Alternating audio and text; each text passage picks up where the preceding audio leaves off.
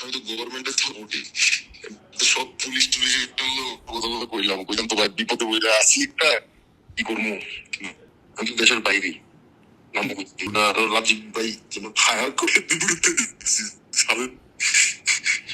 আর আমি কোন না থাকলে তো লাথি দিয়ে আঙ্গুরে বের করে দেবো ঘরের থেকে। এই বিবেক মনুষ্যত্ববিহীন নিকৃষ্ট অমানুষটা হাসতে হাসতে বর্ণনা দিচ্ছিল তারা কিভাবে আন্দোলনের মধ্যে আমাদের ছাত্র ভাইদেরকে গুলি করছিল। এই অমানুষটি আপনাদেরই পছন্দের কোনো ইনফ্লুয়েন্সার, কিন্তু কে সে জানতে হলে পুরো ভিডিওটি দেখুন।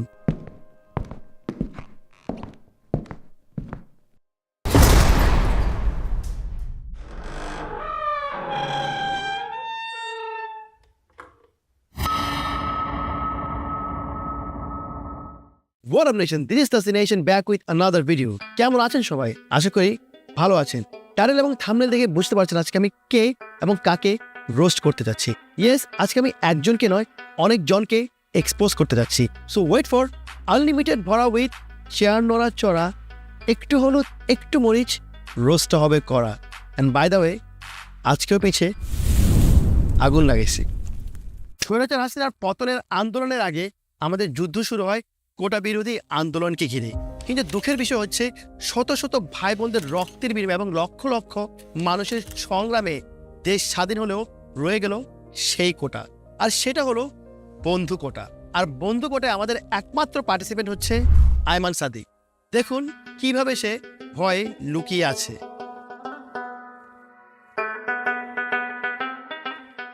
এরপর যখন জয় সুনিশ্চিত হলো তখনই সে সালমানের সাথে গিয়ে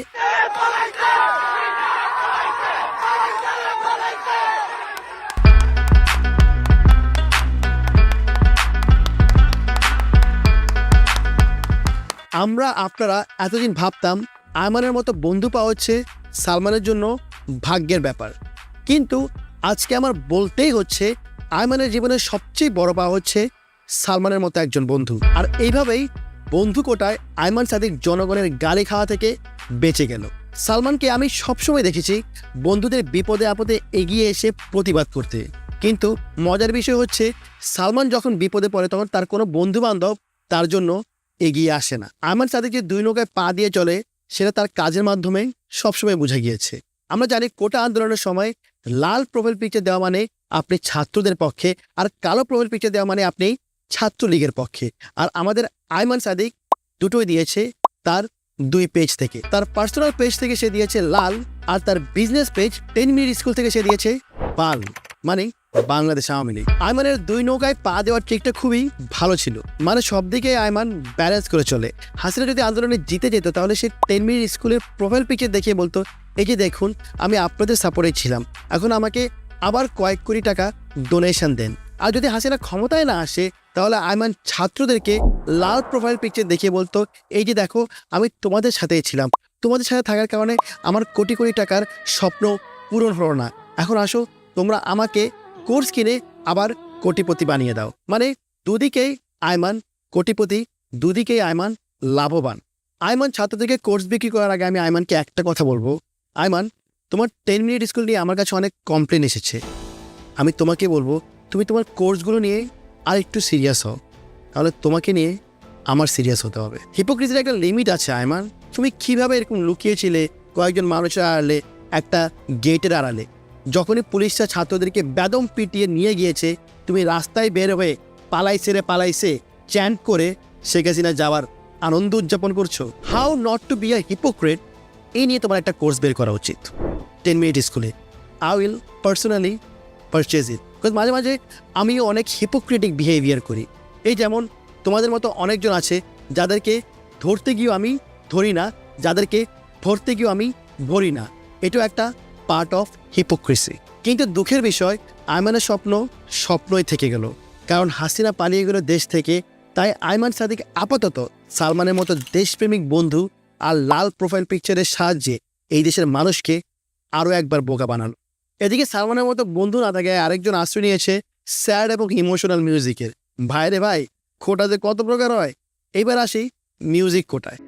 আমি তো অপরাধী যে আমাকে প্রেশারাইজ রাখছে, কিন্তু আমার টেলিভিশন ঠিকই কাজ করে গেছে। কোন লেভেলের হিপোক্রিট হলে এমন সিচুয়েশনে মিউজিক লাগিয়ে কান্নাকাটি করে ভিডিও বানায়? তহিদ আফ্রিদি, যে কিনা এখন আপনাদের সবার আলোচনার মধ্যমণি। সম্প্রতি ঘটে যে ওকে নিয়ে যত কাহিনী এবং এভিডেন্স দেখে এটাই প্রমাণ হয় যে আফ্রিদি একজন বিবেক এবং মনুষ্যত্ববিহীন মানুষ। আমার এই ভিডিওটা আপনারা পুরো দেখতে থাকুন, ওর মতো এমন আরও অনেক অমানুষের মুখোশ উন্মোচন হবে এই ভিডিওতে। এই অমানুষদের মধ্যে কেউ বেঁচে গিয়েছে অত্যন্ত সুনিপুণ অভিনয় করে, কেউ বেঁচে গিয়েছে বন্ধু কোটায়, কেউ বেঁচে গিয়েছে সময়ের সাথে রূপ বদলিয়ে, আবার কেউ বেঁচে গিয়েছে মিথ্যে বানানো গল্প দিয়ে। আমি আমার এই ভিডিওতে যতগুলি ইনফ্লুয়েন্সারদের নিয়ে কথা বলবো তার মধ্যে সবচেয়ে জঘন্যতম অভিনেতা হচ্ছে তহিদ আফ্রিদি, কারণ ওর অ্যাক্টিং বাকি ইনফ্লুয়েন্সারদের তুলনায় এতটাই ফেক অ্যাজ ওর মিউজিক লাগিয়ে করা ভিডিওটি দেখলেই বোঝা যায়। ও ভিডিওতে এসে বলছে আমার উপরের জায়গা থেকে প্রেশার এসেছে। আরে প্রেশার কি সালমানের ছিল না? প্রেশার কি যারা এতগুলো স্টুডেন্টস রাস্তায় ছিল ওদের ছিল না? প্রেশার কি ছিল না ওই সকল সমন্বয়কারীদের? ওই 6 সমন্বয়কারীকে যখন তৈরি কাকা হারুন কাকা ডিবি অফিসে নিয়ে যায়, ওরা ওখানে বসে কি প্রেশারে ছিল না? কিন্তু ঠিকই তারা ওই প্রেশার থেকে বের হয়ে আবার রাস্তায় নেমেছে, আবার আন্দোলন করেছে, আবার এই দেশটাকে স্বাধীন করেছে। তো এই প্রেশারের কথা যদি তুই বলিস, এটা হবে তোর একটা লেম এক্সকিউজ, যে এক্সকিউজ তোর অডিয়েন্স, তোর ফ্যান অ্যান্ড তোরই ভালোবাসার মানুষটাও অ্যাকসেপ্ট করতে পারেনি। আফ্রিদি, তোকে যখন আমি ফোন করে বলেছি আফ্রিদি তুই পোস্ট কেন করছিস না, তুই তখন বলেছিস ভাই আমার উপর প্রেশার দিচ্ছে। তুই আরেকটা কথা বলেছিস, তুই যদি ভিডিও করিস, তুই যদি কোনো কথা বলিস, তুই যদি কোনো পোস্ট দিস, তাহলে ওরা মাই টিভি বন্ধ করে দিবে। মাই টিভিতে 1500-2000 মানুষের জীবিকা তোর উপর নির্ভর করে, এই ভয় তুই কথা বলিস নি। কিন্তু আফ্রিদি, রাস্তায় 1500-2000 মানুষ মরছিল, আহত হচ্ছিল, ওরা একটাবার চাচ্ছিল তুই একটাবার বল যে আমি আছি তোমাদের সাথে, তুই তো সেটা করলি না। দুবাইতে বসে মানুষ রাস্তায় নেমে ওরা প্রটেস্ট করেছে, যেখানে কিনা দুবাইতে প্রটেস্ট করা ইলিগেল। ওরা প্রটেস্ট করার কারণে ওই 57 জন বাঙালি এখনও জেলে বন্দি। তুই কি দুবাইতে বসে একটা ফেসবুকে পোস্ট দিতে পারলি না? তুই কেন বারবার তোর প্রোফাইল পিকচার চেঞ্জ করছিলি? তুই কেন বারবার তোর পোস্ট দিয়ে ডিলিট করছিলি? এগুলো কি একটা কাপুরুষতা না আফ্রিদি? এবং ওই দিনের পর থেকে তোর প্রতি আমার যে রেসপেক্ট ভালোবাসা অনেকাংশে কমে গিয়েছে। তোকে আমি বলতে চাই আফ্রিদি, তোর কি একবারও বুক কাঁপলো না আবু সাইদের কথা মনে করে? তোর কি একবারও বুক কাঁপলো না ওই মুগ্ধর কথা মনে করে, যে কিনা পানি লাগবে বলে টিয়ার সেলের চোখের পানি মুছছিল, ব্যথায় আক্রান্ত হয়ে স্টিল মানুষকে পানি দিয়ে যাচ্ছিল, ও পানি দিয়ে মৃত্যুবরণ করেছে। তুই কি একটা পোস্ট দিয়ে যদি প্রেশারের কারণে থানায়ও যেতি, তুই কি মনে করিস না তুই একটা হিরো হয়ে যেতি? তুই আজকে একটা হিরো থেকে জিরো হয়ে গিয়েছিস, আর অন্যান্য মানুষ যারা কিনা জিরো ছিল এই আন্দোলনে ঢুকে তারা আজকে সবার কাছে হিরো হয়ে গিয়েছে। আফ্রিদি, তো তুই কখনো হিরো হওয়ার যোগ্যতা রাখিস না বলে আজকে মনে হয় তুই কথা বলতে পারিসনি। সত্যি বলতে তোকে আমি আরও বেশি রোস্ট করতে পারতাম যদি আমার কাছে একটা প্রমাণ আসতো যে তুই কোনো রকম ক্যাম্পেইনের সাথে জড়িত ছিলি। আমি প্রমিস করছি, এটা যদি আমি প্রমাণ পাই, আমি তোকে নিয়ে আরও একটা ভিডিও বানাবো। আমি জানি তোর যদি কিছু হয় 1500-2000 মানুষের সমস্যা হবে, যেটা তুই বারবার বলিস।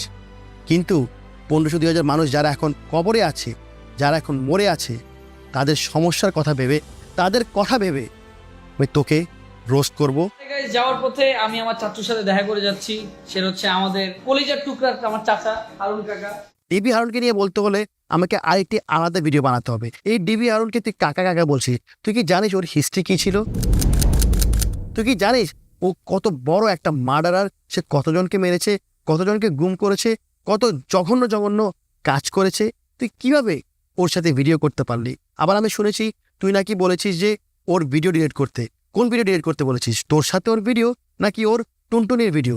এটা একটু ক্লিয়ার করিস। আফ্রিদি, তোর উচিত ছিল রাফসানের কাছ থেকে শেখা। রাফসান শুধু ডিবি হারুন নয়, আরও বড় বড় অনেকের সাথে কানেকশন রেখেছে, কিন্তু কখনো দেখায়নি।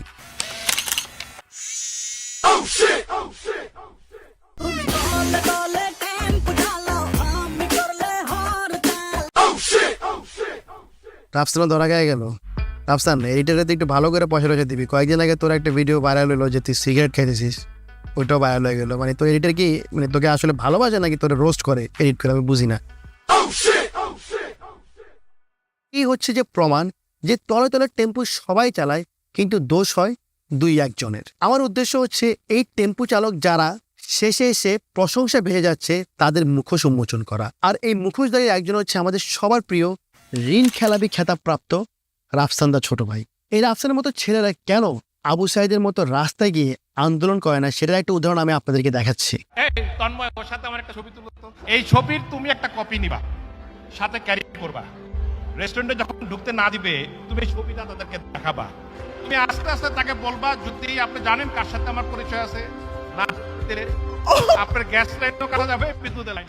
বিদ্যুৎ ও জ্বালানি প্রতিমন্ত্রী বিপু রাফসানকে কি পাওয়ারটা দিয়েছে দেখেছেন? এদের ফেপকে কাজে লাগিয়ে দেশের সরকার এবং আইনের কাছ থেকে সাহায্য নিয়ে যা ইচ্ছা তা করে বেড়াতে পারছে। কিন্তু একজন সাধারণ মানুষ তো তা পারবে না।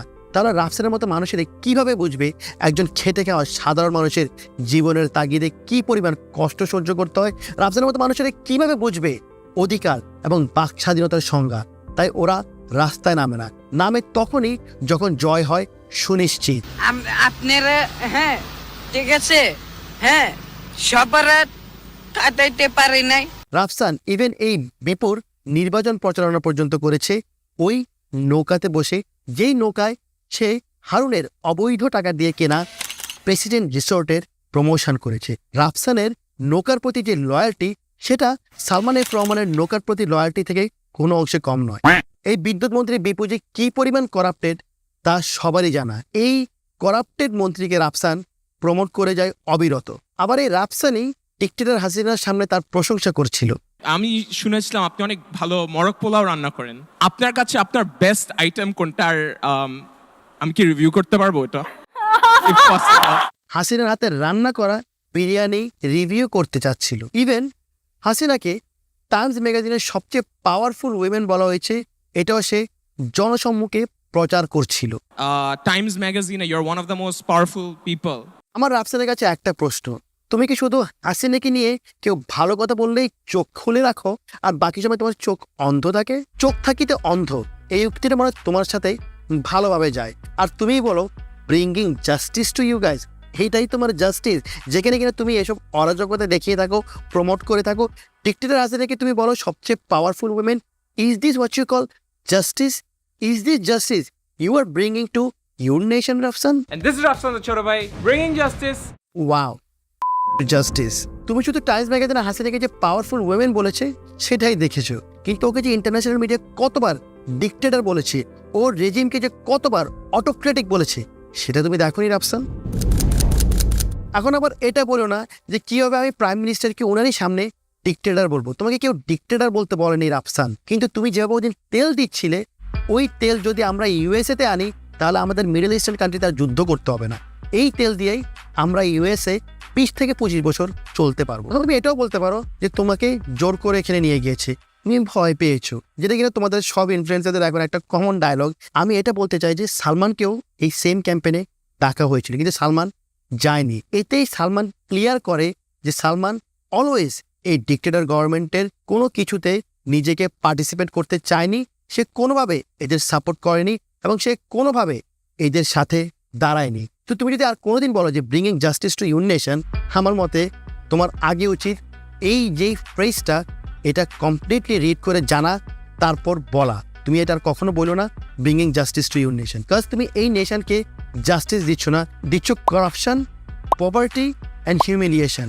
তুমি রাফসান কতগুলো মানুষের যে জীবন নষ্ট করেছো, কতগুলো রেস্টুরেন্ট যে তুমি বন্ধ করেছো, তাদের ইনকাম সোর্স তুমি কমিয়েছো, তার কোনো ধারণা নেই।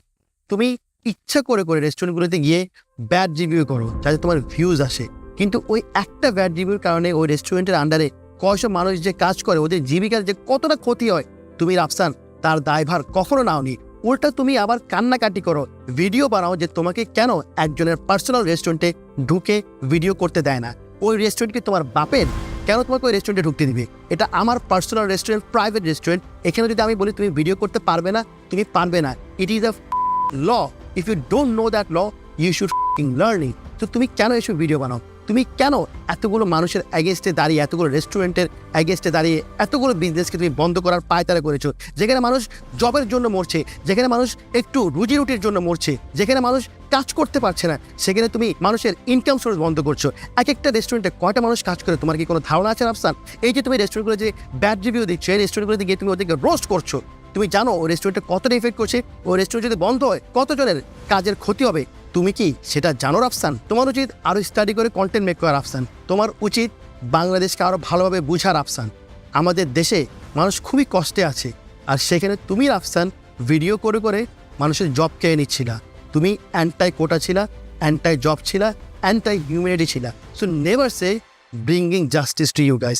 You always brought injustice. তুমি পাওয়ার লোভে এতটাই পাগল হয়ে গিয়েছো রাফসান যে তুমি এসব মন্ত্রী মিনিস্টারের প্রমোশন করা, এসব প্রধানমন্ত্রী ক্যাম্পেইনে যাওয়া, এগুলোকে একটা অ্যাচিভমেন্ট ভাবা শুরু করে দিয়েছিলে। কিন্তু এই অ্যাচিভমেন্টগুলো আজকে তোমার জীবনে কলঙ্ক হয়ে দাঁড়িয়েছে রাফসান। এই ইনফ্লুয়েন্সাররা যে ডিক্টেটর হাসিনার সাথে দেখা করে একটা অ্যাচিভমেন্ট মনে করে, সেটা আপনারা বুঝতে পারবেন এই দালালি ভিডিওটি দেখে। আমি সোশ্যাল মিডিয়াতে দেখছি কিছু কিছু মানুষের post, just because we mate the honourable prime minister, ওদের গা জ্বলতেছে। কেন তোমাদের গা জ্বলতেছে?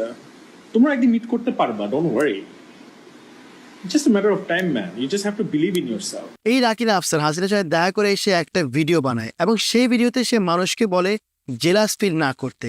আবার সে সবাইকে মোটিভেট করছে এই বলে নিজের উপর বিশ্বাস রাখো, তুমি একদিন পারবে শেখ হাসিনার সামনে গিয়ে দাঁড়াতে, দালালির তেল মারতে। সরকারের এমন কোনো ক্যাম্পেইন নাই যেটা তুই মিস করেছিস রাকিন। যেখানেই ডেকেছে সেখানেই তুই গিয়েছিস। রাফসানকে বিপু যখন পাওয়ার দিল, তুই তখন এমনভাবে হাত তেলে দিলি মনে হয় পাওয়ারটা তোকে দিয়েছে। রেস্টুরেন্টে যখন ঢুকতে না দিবে তুমি ছবিটা তাদেরকে দেখাবা।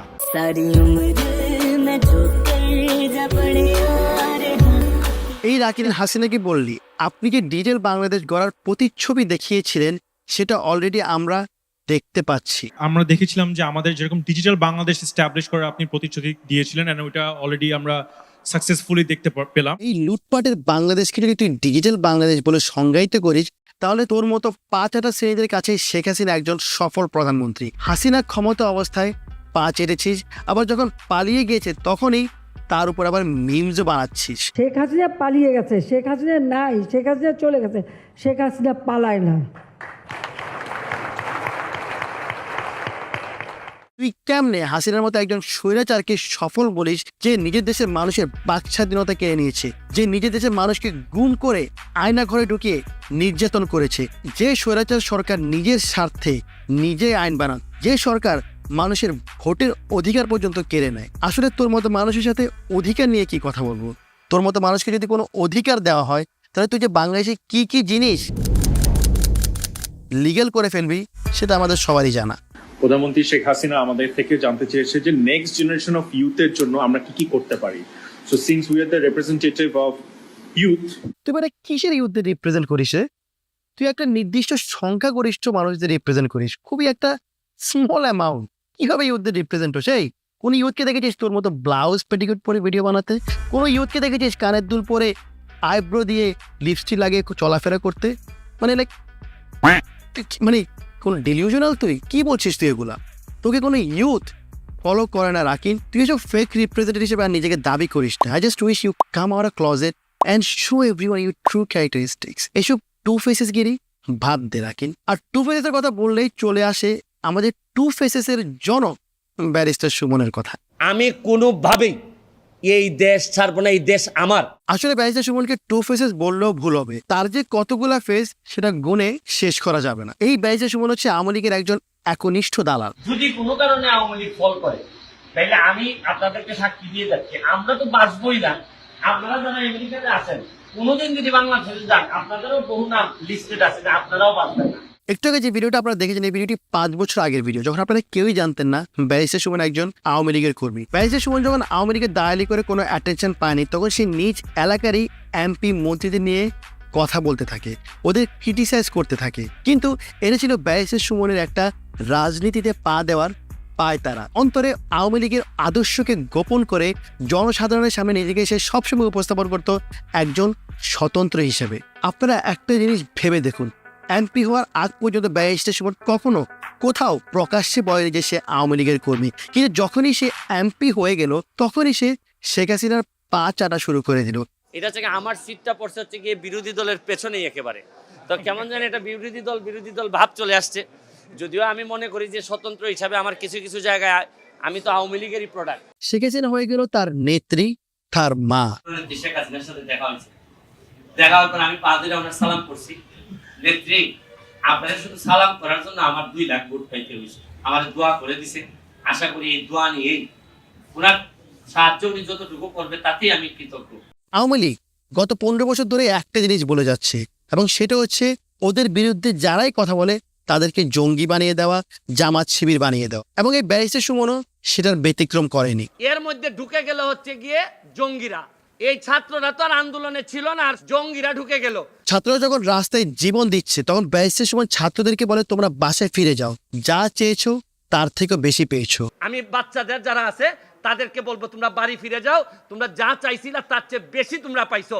কিন্তু আমার প্রশ্ন, যা চেয়েছে তার থেকে বেশি কি পেয়েছে ছাত্ররা? তারা তো একটা বুলেটও চায়নি, কিন্তু পেয়েছে শত শত। আপনি যে বাসায় যেতে বলেছেন, তারা কিভাবে তাদের ভাইয়ের লাশ রাস্তায় রেখে বাসায় ফিরে যাবে? ও কিভাবে ছাত্রলীগকে সাধারণ ছাত্রছাত্রীদের বিপক্ষে লেলিয়ে দিচ্ছে? এই ভিডিওটা দেখলে আপনারা বুঝতে পারবেন। আমরা বঙ্গবন্ধু কন্যারে এই ক্রাইসিস মোমেন্টে বাঁচানোর জন্য যে যার জায়গা থেকে আওয়ামী লীগ সম্পর্কে এদের ধারণা আছে কিনা জানি না। আমি মনে করি আমাদের শহীদের রক্ত তো এই ব্যারিস্টার সুমনের হাতেও আছে। ব্যারিস্টার সুমনও একজন খুনি। নতুন সরকার গঠন হওয়ার পর আপনারা দেখেছেন আমাদের দেশের বিচার বিভাগ কতটা করাপ্টেড, কিন্তু এই সুমন নিজে একটা ব্যারিস্টার হয়েও এই বিচার বিভাগের বিপক্ষে কখনো কথা বলেনি। কোন লেভেলের লয়াল দালাল একবার চিন্তা করুন। আমি আপনাদেরকে গ্যারান্টি দিয়ে বলতে পারি এই ব্যারিস্টার সুমন আবারও আসতে পারে আপনাদের মাঝে। তখন সে মেবি কথা বলবে আওয়ামী লীগের বিরুদ্ধে, তার নেত্রীর বিরুদ্ধে, তার মায়ের বিরুদ্ধে। এই জন্য এই ধরনের মানুষকে আমি বলি ফাদার অফ টু ফেসেস, আর আপনারা বলেন ডেসপিকেবল মাদারচোদ। আর তাসিফ বলে সুমন ভাই হচ্ছে আমার ভাই। তোমার ভাই এখন কোথায়? ভাই তো কোথাও নাই। নাও লেটস টক অ্যাবাউট তাসিফের আরেকটা ভাই সোলাইমান সুকুন। আর এই সোলাইমান সুকুনের কাছ থেকে তাসিফ নিয়েছিল 3 লাখ টাকা ছাত্রদের বিরুদ্ধে ক্যাম্পেইন করার জন্য। ক্যাম্পেইনটি মূলত কি নিয়েছিল আসলে একটু দেখে নেই। আপনারা এই স্ক্রিনশটে দেখতে পাচ্ছেন এখানে সোলাইমান সুকুন একটা ক্যাম্পেইন রান করছে। এই ক্যাম্পেইনে অনেকগুলো টকিং পয়েন্ট দিয়েছে, যার মধ্যে অপশনাল টকিং পয়েন্ট হচ্ছে ছাত্রছাত্রীদের মৃত্যু নিয়ে কথা বলা, তাদের পরিবারকে সম্মান দেখা। আমি যখন লাস্ট লাইনটা পড়ি না, তখন আমার হাত পা কেঁপে উঠেছিল যে একটা মানুষ কিভাবে এতগুলো ছাত্রর মৃত্যুকে অপশনাল মার্ক করে। কিন্তু তার থেকে বেশি আত্মা কেঁপেছিল যখন আমি জেনেছিলাম যে কিছু ইনফ্লুয়েন্সার এই ক্যাম্পেইনটাকে বাস্তবায়ন করে। তার মধ্যে অন্যতম একজন হচ্ছে জার্মানির নাটালি অ্যান্ড হাবিব।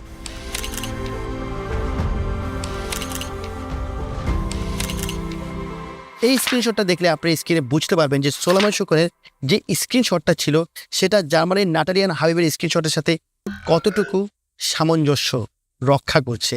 ঠিক যেমন সোলাইমান সুকুন ওর ক্যাম্পেইনে বলেছিল কয়েকটি টকিং পয়েন্ট, নাটালি আর হাবিব সেই টকিং পয়েন্ট নিয়ে কথাগুলো বলেছে এবং অপশনাল হিসেবে ছাত্রদের মৃত্যু নিয়ে কথা বলেছে। কিভাবে স্টুডেন্টদের রক্ত মাখা টাকা নিয়ে এই দালাল হাবিব ক্যাম্পেইনটি বাস্তবায়ন করেছে আপনারা কি বুঝতে পারছেন? এই ক্যাম্পেইন দেওয়ার কিছুক্ষণ পরেই এই অনেক গালি খায়। গালিগুলো খেয়ে হাবিব পোস্টটি ডিলিট করে দেয় এবং ডিলিট করে সে বলে এটা নাকি তার অ্যাডমিন দিয়েছে।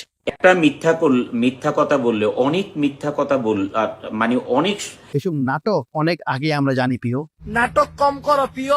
যদিও হাবিব অ্যাডমিনের দোহাই দিয়ে বেঁচে গিয়েছে, কিন্তু বাঁচতে পারে বাংলাদেশের এক টিকটকার এবং সে হয়েছে এই ক্যাম্পেইনের বলির পাঠা। লাস্ট কয়েকদিনে আমাদের দেশের বিভিন্ন জায়গায় আমাদের অনেক সম্পদ নষ্ট হয়েছে, আরো 1 বছর লাগবে। এই ক্ষতি আমাদেরই ক্ষতি। আর আমি দেখেছি যেসব জায়গায় আমার যেতে জাস্ট 15 মিনিট সময় লাগতো, এখন জ্যামের কারণে আমার 2 ঘন্টারও বেশি সময় লাগছে। The next day. পাতি নিয়ে আসছে ওরা, মামাজি বড় বড় চাপাতি নিয়ে গিয়ে ভাঙতেছে, আমার পুরো বাসা ভেঙে দিয়েছে। এই টিকটকারটার নাম প্রীতি। প্রীতির ভিডিওটা দেখে মনে হচ্ছিল the situation was pretty bad. 2000 years later.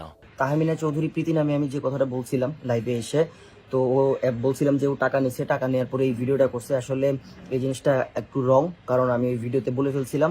আর ওই টাকা সে নেয় নাই, তার বাবা একটা পলিটিক্যাল লিডার ছিল, দ্যাটস ওয়াই ওই হিসাবে ওর বাসায় হামলাটা হয়েছে।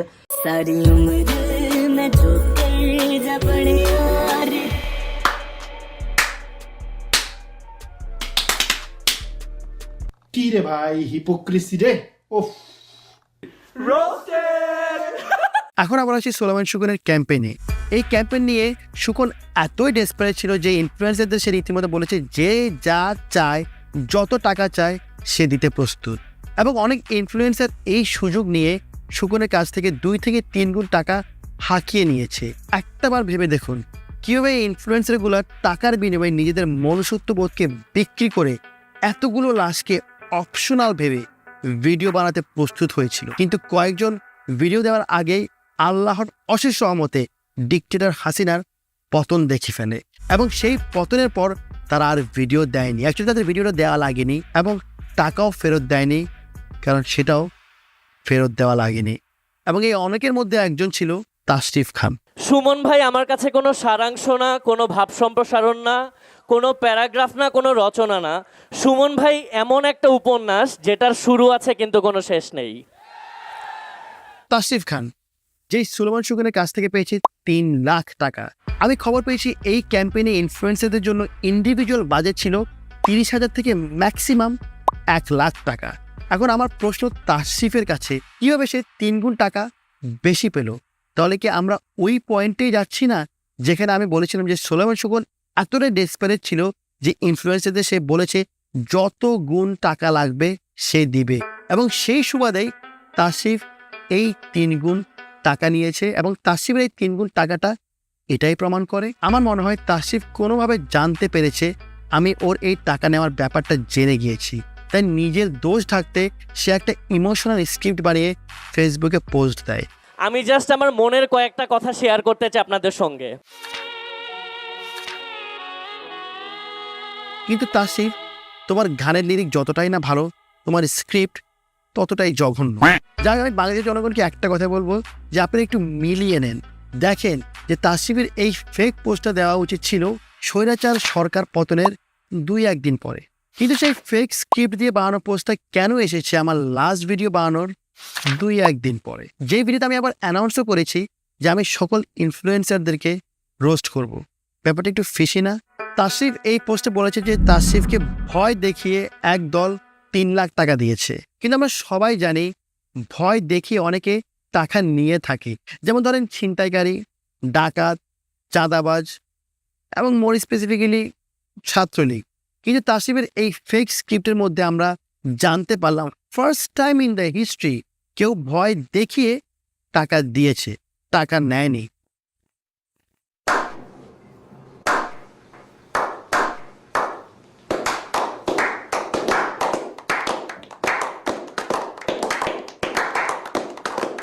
This is something never heard of. এটা কি টাইপের স্ক্রিপ্ট তাশরিফ লিখলো?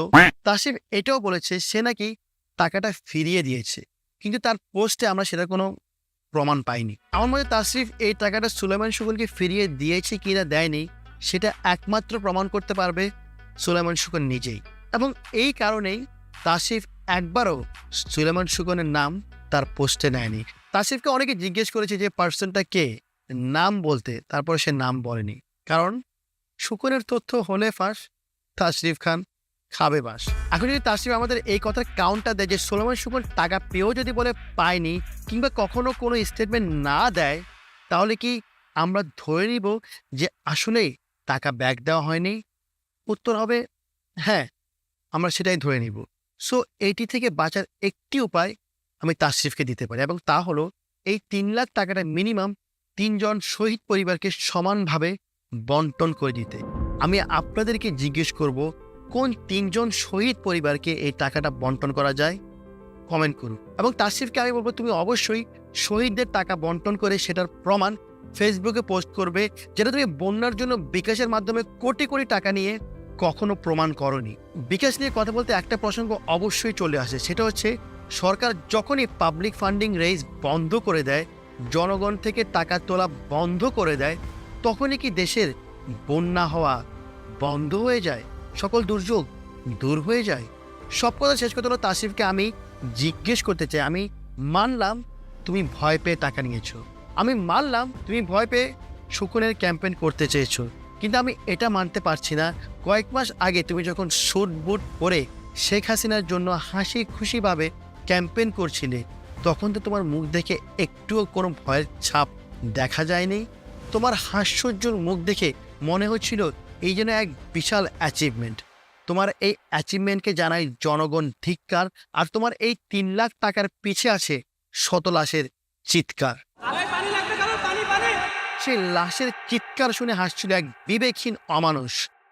আমি তো গভর্নমেন্টের সাপোর্টে সব পুলিশ কথা কইলাম তো ভাই বিপদে বইরা আছি একটা কি করবো, আমি তো দেশের বাইরে নাম রাজীব ভাই যেন ফায়ার করে বিপরীতে দিচ্ছি সালেন।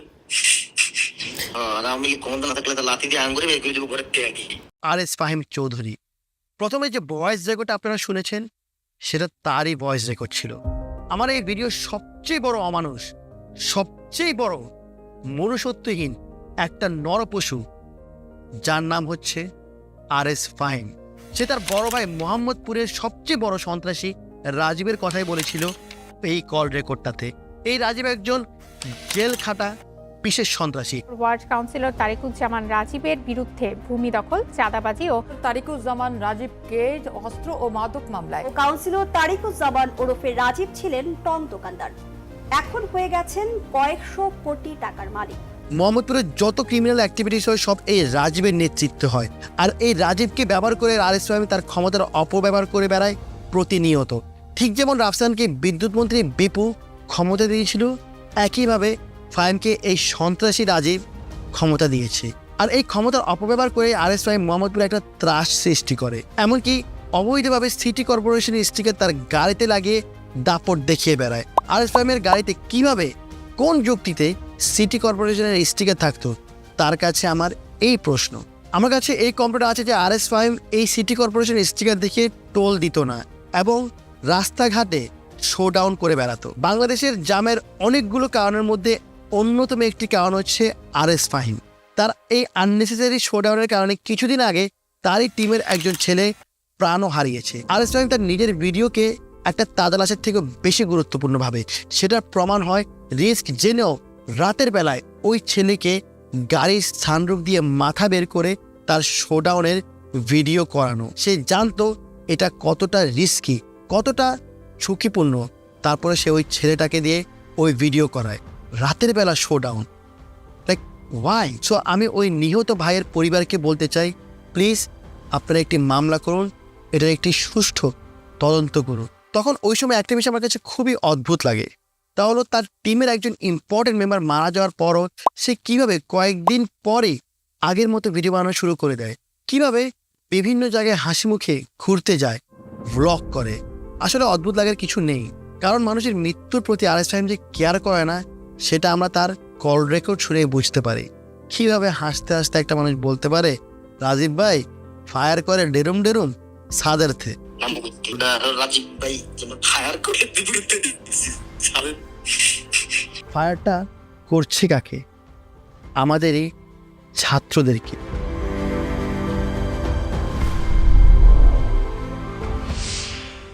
এই ইমেলটা যখন আমি পাই তখন আমি বিশ্বাস করতে পারিনি। এই ইমেলটা আপনারা পড়ে দেখতে পারেন, এখানে স্পষ্ট লেখা আছে আরএস ফাহিমেরই একজন নেইবার, সে নিজে দেখেছে আরএস ফাহিম নিজেও ছাত্রলীগদের সাথে এই সকল হত্যাকাণ্ডের সাথে জড়িত ছিল, কিন্তু আমি বিশ্বাস করতে পারিনি।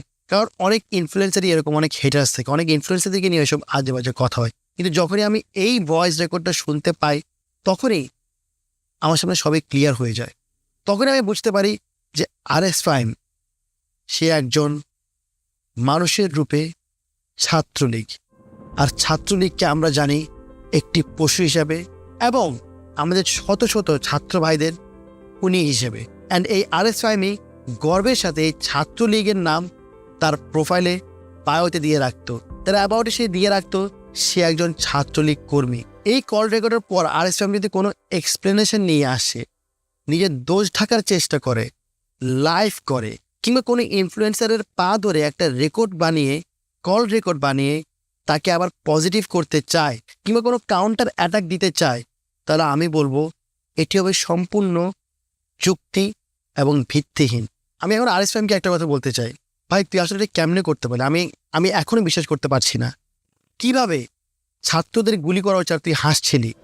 এখন তুই অনেক এক্সপ্লেনেশন ভিডিও বানাচ্ছিস, অনেক লাইভ করছিস, অনেক কিছু করছিস যে এটা প্রমাণ করতে যে তুই ছাত্রদের সাথে ছিলি। মানলাম তুই ছাত্রদের সাথে ছিলি, কিন্তু ছাত্রদেরকে মেরে ছাত্রদের এই সাথে থাকার যে তোর এক্সপ্লেনেশন, এটা কতটুকু যৌক্তিক? এই যৌক্তিকতাটা ওটার সাথে মিলে যে গরু মেরে জুতো দান। তুই আরএস ফাহিম দেখিয়ে দিয়েছিস যে এই 2024-এও রাজাকার ওয়ার্ডটা 2.0 হিসাবে আবার উপস্থাপন করা যায়, এবং এই কারণেই আমি আমার এই ভিডিওটা তোকে উৎসর্গ করে বানিয়েছি এবং এই ভিডিওটার নাম আমি দিয়েছি রাজাকার 2.0। তোর হাতে আমাদের শহীদ ছাত্র ভাইদের রক্ত লেগে আছে। আমি জনগণের উদ্দেশ্যে একটা কথাই বলতে চাই, প্লিজ একটাবার ভেবে দেখুন, এই সকল ইনফ্লুয়েন্সারদেরকে আপনারা যারা ভাবেন এরা হচ্ছে আপনাদের পথ প্রদর্শক, এদেরকে আপনারা আইডল ভাবেন, এদের পিছে পিছে আপনারা র্যালি করেন, শো ডাউন করেন, একটাবার ভেবে দেখুন এই সকল ইনফ্লুয়েন্সারদেরকে আপনাদের হিরো বানানোর আগে একবার না 10 বার ভেবে দেখবেন। এরা কীরকম অমানুষ হতে পারলে ছাত্রদের উপর গুলি করে হাসে। এরা কীভাবে সরকারের যখন অবস্থা নড়বড়ে হয়ে যায় তখনই প্রোফাইল পিকচার চেঞ্জ করে নিজেদের রূপ পাল্টিয়ে ছাত্রদের সাথে মিশে গিয়ে ছাত্রদের সাথেই বেইমানি করে। আর আমি ইনফ্লুয়েন্সারদেরকে একটা কথা বলবো, আমার এই ভিডিওতে আমি জাস্ট তোমাদের 5% দিয়েছি, 95% এখনও আমার কাছে আছে এবং এটা তোমরাও জানো। এই 95% আমি রেখে দিয়েছি।